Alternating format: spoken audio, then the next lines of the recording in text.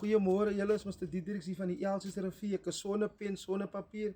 Hierdie video is vir ons jong mense daar buite wat dink is festive season. Hulle kan aangaan en hulle kan doen met hulle liggame net wat hulle wil. Seuns sowel as dogters. Mr. Diedericks het 'n message vir jou en ek dink julle verstaan die ernstigheid van oordraagbare siekte nie.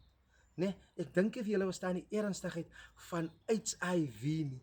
Nee, HIV is 'n realiteit.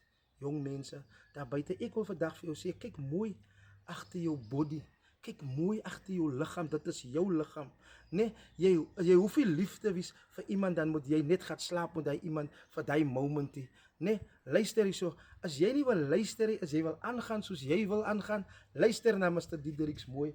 Dit is 7 uur by die huis, 9 uur by die kerk, nee, 9 uur by die kerk, 11 uur moet ons by die gat wees, en met jou ry ons Stikland toe. As net oor kan ek sê Spaak, van dit is op 'n hoek, van jy was lief om op hoeke te staan. En vir mense wat op hoeke staan, ry ons Stikland mee.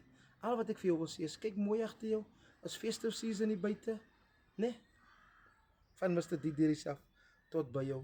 Die rede hoekom ek hierdie boodskap vir jou gee is dat, omdat Mr. Diedericks baie lief is vir jou. Kyk mooi agter jouself. As jy nie agter jou kyk, dan kyk ek en Mr. Palaman agter jou. En jy wil nie graag daai nie. Liefde vir julle jong mense.